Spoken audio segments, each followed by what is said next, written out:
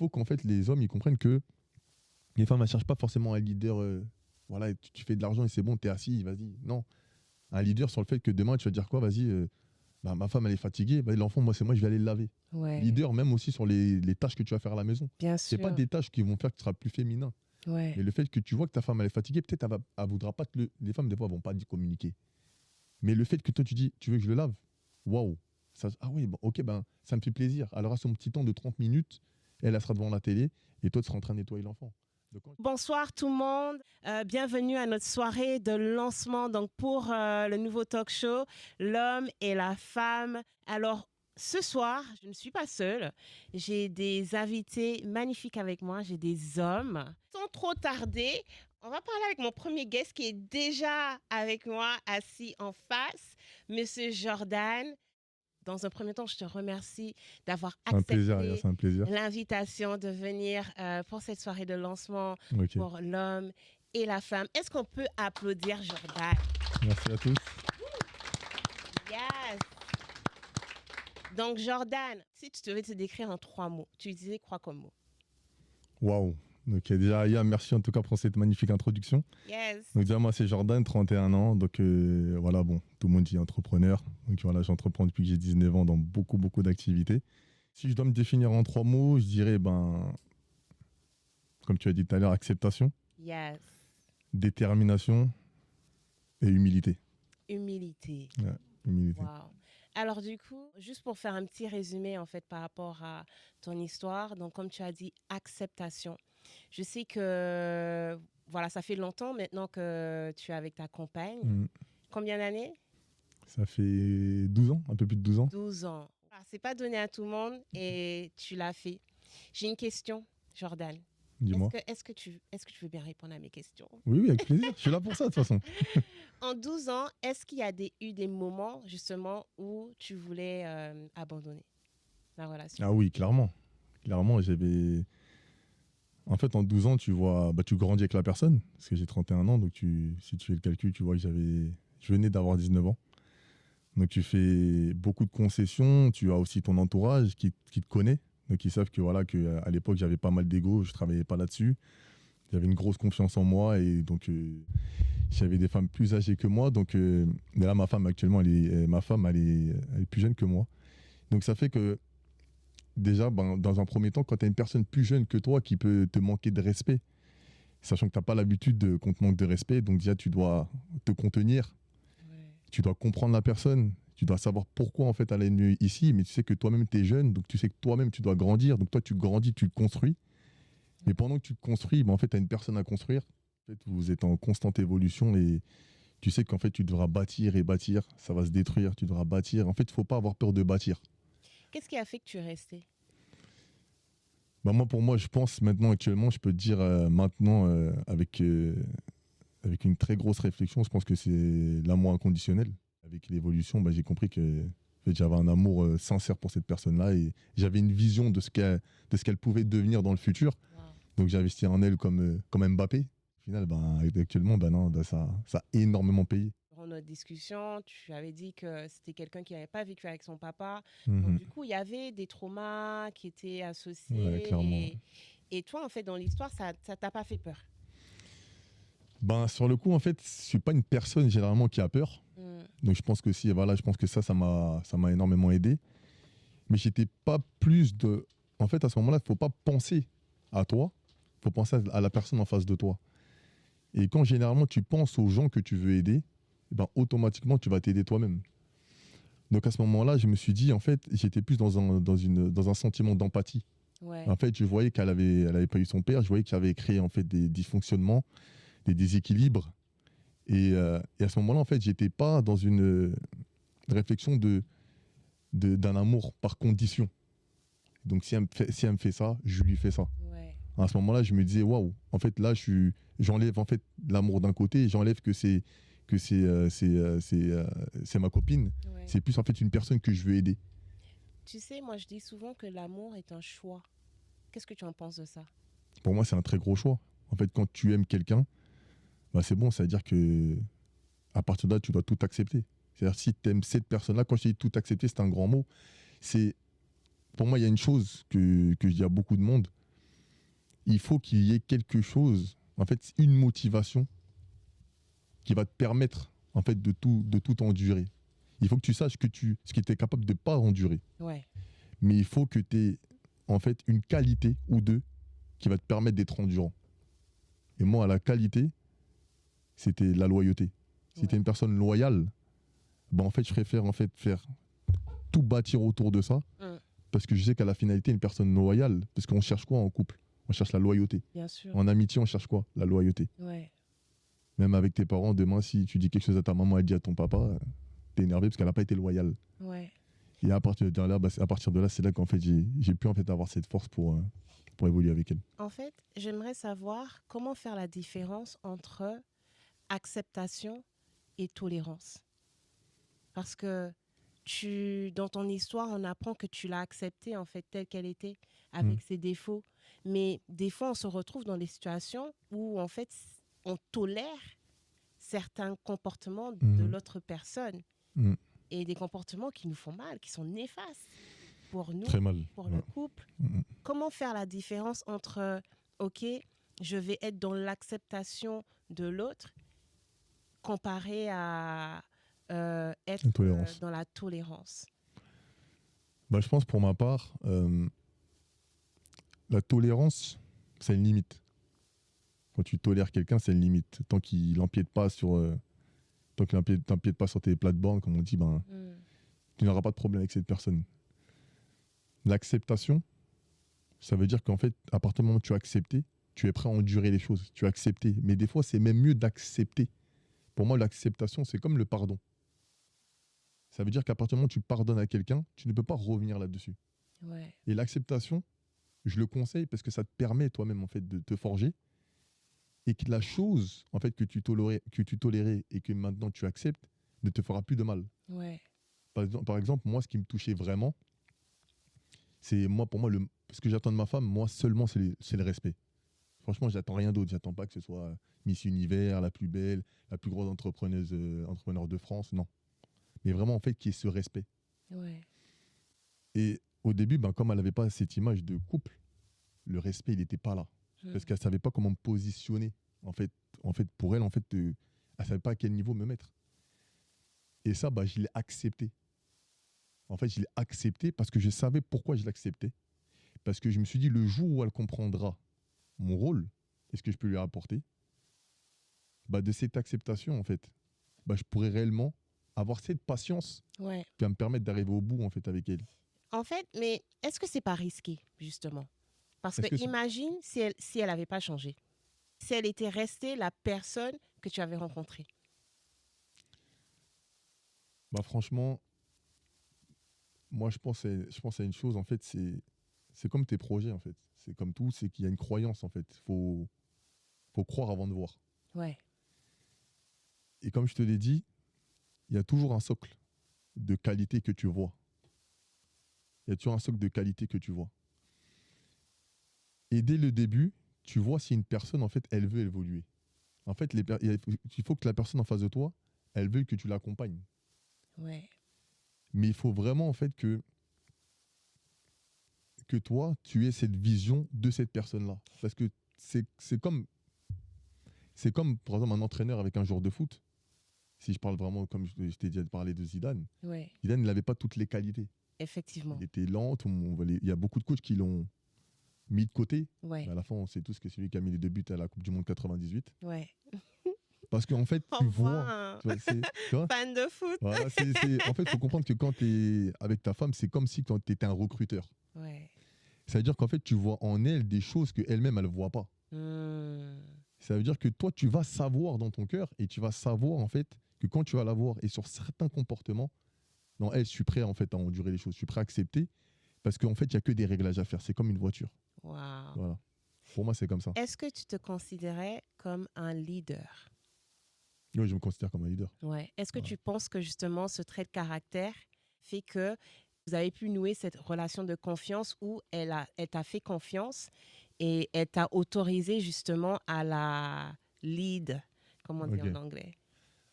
Bah, je pense que ça m'a aidé. Pourquoi? Parce que à ce moment-là, en fait, je commençais à entreprendre. Donc, elle m'a connu vraiment quand quand je sortais de l'école. Quand du moment où j'étais encore à l'école, je passais le bac. Et, euh, et je me suis toujours dit, Jordan, en fait, il faut que moi, je me construise avant. Je me suis dit, Jordan, construis-toi, forme-toi au maximum. Parce que c'est quand tu arrêtes d'apprendre que tu peux plus enseigner. Oui. Donc, je me suis dit, Jordan, forme-toi. J'ai même pris une formation de love coach quand j'avais 21 ans. Oui, je m'en Voilà. parlé. J'ai pris une formation de love coach pour comprendre. Et, euh, et c'est cette formation-là qui m'a fait comprendre, en fait, aussi dans quelle position on peut se trouver par rapport à une femme. Et moi, ce que moi, je vais conseiller aux hommes, c'est de jamais cesser d'apprendre sur la femme, mais jamais cesser toi-même d'évoluer en tant qu'homme. Amen. Parce que je me suis dit que si moi, parce qu'à ce moment-là, moi, spirituellement, j'étais pas dedans. Donc moi, je voyais qu'il y avait un gros travail. Donc j'ai commencé à me bâtir spirituellement. Oui. J'ai commencé à me bâtir à me forger en tant qu'homme. Moi-même, je suis grand frère. Ouais. Donc en fait, j'étais aussi son grand frère. Donc à partir de là, je me suis dit, si Jordan, tu évolues, ben, en fait, tu auras tellement en fait, cette marge d'acceptation. Parce qu'en fait, c'est comme quand en fait, moi, je dis toujours, ma femme, c'est mon premier enfant. C'est la première personne à qui j'ai donné mon nom de famille. Wow. Ça veut dire que je me dis toujours, That is powerful. tu dois en fait la suivre, voilà, comme ton enfant quand il tombe, etc. Tu sais qu'en fait, ça va prendre du temps. Mais si en fait, comme je le répète souvent, les deux qualités ou la qualité que tu as choisie est au milieu de ça, Ouais. c'est bon. Tu vas te dire, OK, ah là, c'est manquement parce que tu auras aussi tes manquements. Bien sûr. Mais quand tu vas évoluer, bah, toi, tu pourras en fait la tirer. Et quand tu vas la tirer, bah, tu vois, toi, tu vas évoluer. Donc, toi, tu pourras toujours, en fait, tu vois, Ouais. tu vas toujours lui donner ce qu'il faut. Mais le jour où toi, t'arrêtes, ben, c'est là qu'il y a un problème.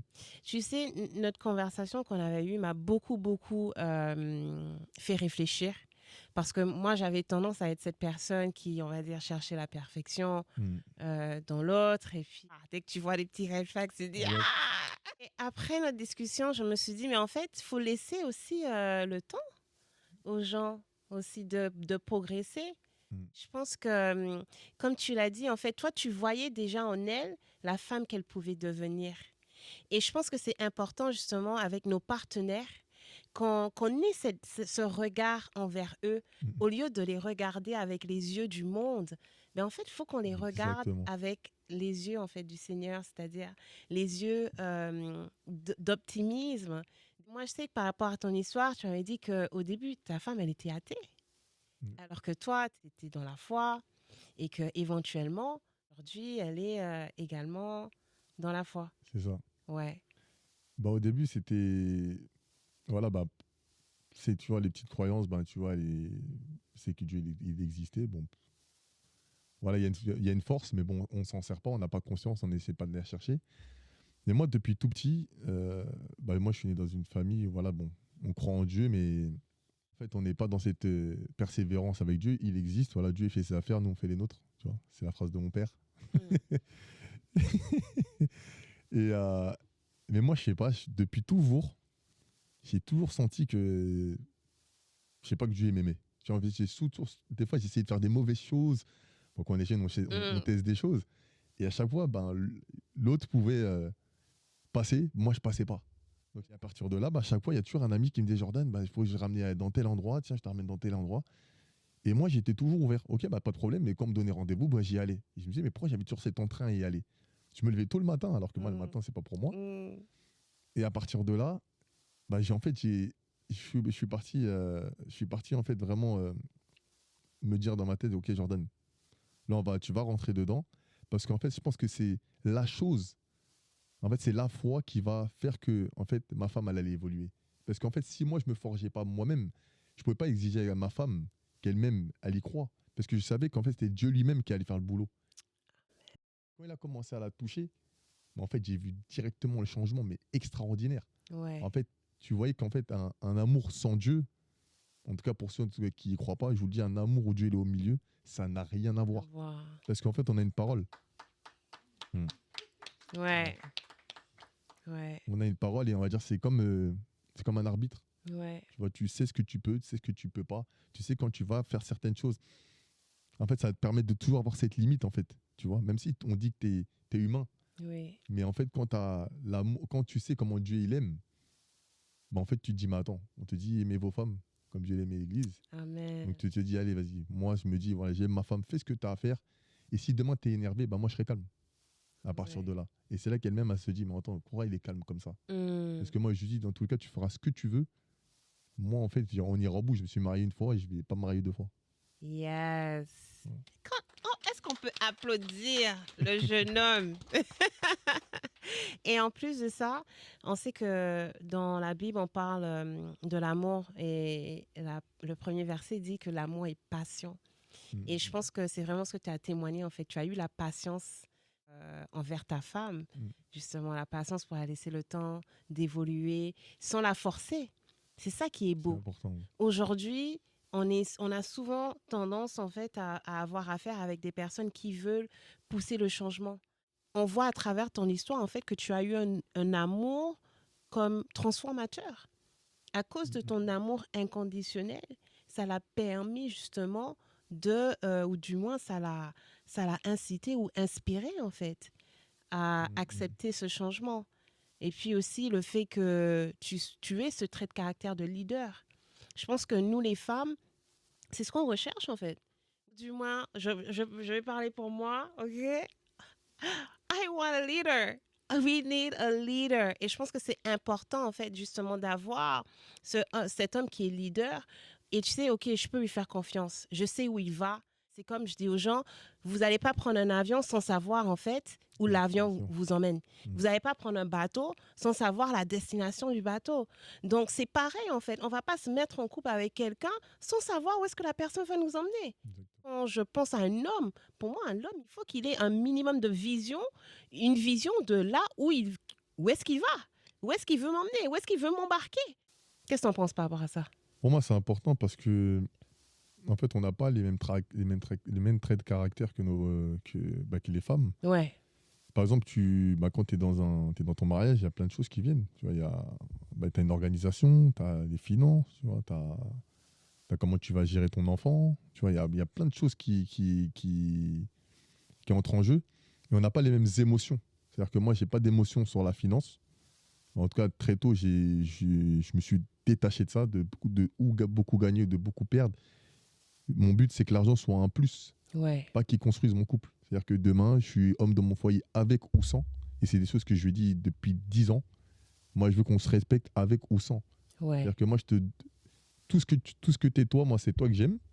Si maintenant tu as du plus, tant mieux. Ce sera que du plus. Mais le but, c'est qu'on ne se mette pas cette pression-là. Parce qu'il y a beaucoup d'hommes qui pensent qu'il faut qu'il y ait ce trait financier parce que sinon, j'aurais moins de respect. Ouais. Et à partir du moment où j'ai enlevé ça, en fait, de son mindset, c'est a fait que, pour moi, maintenant, d'aller chercher le maximum, ce n'est pas une obligation. C'est devenu une obligation pour moi, parce que j'ai envie de le faire. C'est une obligation pour moi. Mais pour elle, en fait, Jordan sera toujours Jordan. Ouais. Et il faut qu'en fait, les hommes, ils comprennent que les femmes ne cherchent pas forcément un leader. Voilà, tu fais de l'argent et c'est bon, tu es assis, vas-y. Non. Un leader sur le fait que demain, tu vas dire quoi? Vas-y, ma femme, elle est fatiguée. L'enfant, moi, je vais aller le laver. Leader, même aussi sur les tâches que tu vas faire à la maison. Bien c'est sûr. pas des tâches qui vont faire que tu seras plus féminin. Mais le fait que tu vois que ta femme, elle est fatiguée, peut-être elle voudra pas les femmes, des fois, elles vont pas communiquer. Mais le fait que toi, tu dis, tu veux que je le lave? Waouh! Ah oui, ok, ça me fait plaisir. Elle aura son petit temps de 30 minutes, elle sera devant la télé, et toi, tu seras en train de nettoyer l'enfant. Donc, quand je parle de leader, c'est ça, en fait, c'est de vraiment... que ta femme, elle n'a pas besoin forcément de parler avec toi. Tu vois, elle sache que, ok, là, on va faire comme ci, comme ci, comme ça, tu lui demandes son avis. Mais quand elle voit ce que tu dis, il faut toujours que ton intérêt soit pour ta famille. Moi, j'ai pas d'intérêt personnel. Demain, je préfère qu'elle ait de l'argent de côté. Moi, j'ai pas de côté. Il n'y a pas de problème. Travail d'équipe. Voilà. Parce que je sais que si elle a, j'ai. Donc, il n'y a pas de problème. Tant que toi, tu es à l'aise, moi, en fait, j'ai ce tempérament-là de toujours me trouver à l'aise avec ou sans. Mais tant que toi, tu es bien, moi, je serai bien. Et nous, les hommes, c'est ça.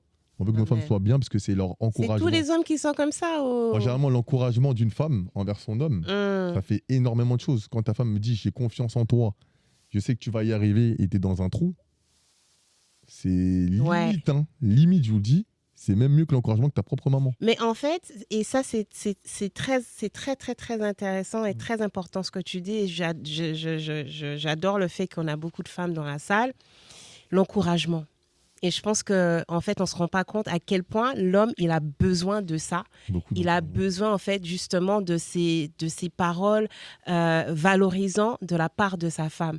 Et ça revient encore à cette notion de regard, le regard qu'on a envers l'autre. Si tu as ta femme en face de toi, elle te regarde comme un king, en fait, ben, tu l'incarnes, en fait, parce que, hey, tu sais qu'à la maison, ben, quand tu rentres à la maison, ta femme, elle te valorise. Tu es un roi. Ça te donne envie de rentrer à la maison. Mais si tu rentres à la maison et tu es méprisé, T'as pas la paix dans ton foyer, donc t'as pas la t'as paix peur dans de ton rentrer. foyer. T'as peur de fauter. Et moi, je dis que c'est nous les femmes, en fait, c'est nous qui créons l'environnement dans le foyer. Exactement. Je suis Et entièrement d'accord que avec ça. s'il n'y a pas de paix dans le foyer, il faut qu'on se pose des bonnes questions. Qu'est-ce que je pourrais faire, justement, pour aider à restaurer cet environnement de paix dans ma maison? Bah déjà, il faut que, pour moi, la paix d'une femme dans son foyer, déjà, c'est qu'elle-même, elle se sente aimée Ouais, à 100%, tu vois, elle sent que tu es avec elle.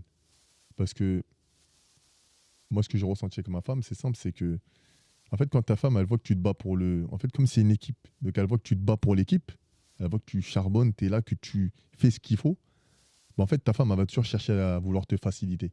ouais, Parce qu'en fait, elle sent que tu mouilles le maillot. C'est comme un coach, tu vois que tu mouilles le maillot, il va te laisser sur le terrain. ouais, Bah, ça veut dire qu'en gros, moi, ma femme, quand elle voit que, voilà, en fait, on s'organise bien. Elle voit que je vais faire ce qu'il faut pour. Elle voit que je lui donne le bon, bah, la bonne trame, que je lui donne le bon GPS. Automatiquement, en fait, elle voudra en fait que le foyer soit bon quand j'arrive, ouais. parce qu'elle sait que voilà, Jordan, il fait ce qu'il a à faire, Il gère. il gère. Moi maintenant, Donc, moi, il faut que je gère. voilà. Il faut que je fasse ma part. Sport, mais c'est comme quand un boxeur il vient, Ouais. il s'assoit sur le côté, il y a tout le monde qui fait ses soins rapidement, Bien parce sûr. que le mec il est en train de se battre. Donc quand il sort là, il faut que tout de suite on prenne soin de lui. Il saigne, il faut qu'on répare tout pour qu'il puisse repartir. Donc quand tu rentres chez toi, c'est pareil, c'est le garage. J'adore. Non, mais j'adore. Tu sais pourquoi? Dans la Bible, en Genèse, en fait, et quand on parle de comment la femme a été créée, en fait, ils disent que le Dieu, il a pris en fait la côte d'Adam pour créer Ève. Et quand on regarde au niveau anatomie, en fait, la côte, ça fait partie de la cage thoracique. La cage thoracique, en fait, c'est la cage qui protège les organes principaux, en fait, de l'organisme, c'est-à-dire le cœur et les poumons. Donc, en gros, sans la cage thoracique, en fait, tu auras beaucoup plus de, comment dire, tu es plus sujette à avoir des chocs. Exactement, des chocs, ok, et à avoir des incendies. Et donc, du coup, quand j'observe, en fait, quand j'ai lu ça, je me suis dit, ça montre justement le rôle de la femme, cette rôle de protectrice, ce rôle de protecteur, en fait, comme la cage thoracique qui protège justement le cœur et le poumon. Nous aussi, il faut qu'on protège nos hommes. Et je pense que souvent, en fait, justement, dans ces difficultés relationnelles entre hommes et femmes, c'est que la femme ne sait pas trop son rôle, et puis des fois aussi, les hommes non plus. Donc, si tu pouvais décrire justement le rôle d'un homme, brièvement. Pour moi, le rôle d'un homme, par rapport à ce que je vis, pour moi, c'est vraiment on parle toujours de la même chose, hein, de pouvoir au foyer, ok. Mais c'est d'être... on parle vraiment aussi de protecteur. Ouais. De cette protection, ça veut dire que tu as donné une protection financière, une protection physique. Le rôle d'un homme, en fait, c'est de faire comprendre En fait, c'est comme la femme, en fait, elle voit toujours au jour le jour. Une femme, ça va toujours au jour le jour. Ça veut dire que nous, les hommes, généralement, on aura plus de vision. La femme, on est obligé de lui donner la vision. On ne parle pas d'une vision d'entrepreneur. Une femme, demain, elle peut bâtir ce qu'elle a envie de bâtir. Oui, elle aura cette vision, cette croyance. Mais moi, la différence, c'est que si demain, je vous donne un exemple, demain, tu vas avoir un homme et une femme qui ont peut-être moins 5 000 sur leur compte. La différence, c'est que moi, si je vois moins 5 000 sur mon compte, en fait, ça veut dire qu'en fait, moi, je vois pas au jour le jour. C'est-à-dire que moi, je sais très bien que moi, j'aurai cette vision de savoir comment je vais gérer ça. C'est-à-dire que mes émotions ne seront pas actées par rapport à ce que j'ai vu maintenant. Je vais découvrir comment je vais faire. Ouais. Je sais que généralement, une femme, ça va plus l'impacter sur le fait que la femme, elle doit avoir ce sentiment de contrôle. De sécurité. Voilà, de sécurité. Ouais. Si elle n'a pas ce sentiment-là, ça va plus l'alerter qu'un homme. C'est pour ça que quand je parle de vision, peut-être j'aurais dû dire le mot sécurité. Est-ce que c'est Je sais pas si on peut généraliser sur ce C'est pas tout, coup-là. non, c'est pas tout le Ouais, temps, je pense pas. je pense pas que parce que je connais des hommes qui s'ils n'ont pas d'argent, c'est la dépression. C'est vrai, je suis Et d'accord. c'est pareil pour les femmes en fait. Et je connais d'autres femmes aussi qui voilà ça les affecte pas. Donc je pense que sur ce coup-là, on peut pas vraiment généraliser. On a demandé à nos invités Ouais, de laisser des questions anonymes. Donc, ok. je t'invite à piocher une question dans notre Lucky Ball. Tu l'as pas, il faut. Ah, You gotta shake it up. Attends. de toute façon, dans tous les cas, je vois pas les questions. Donc, You gotta shake it up. OK, let's go.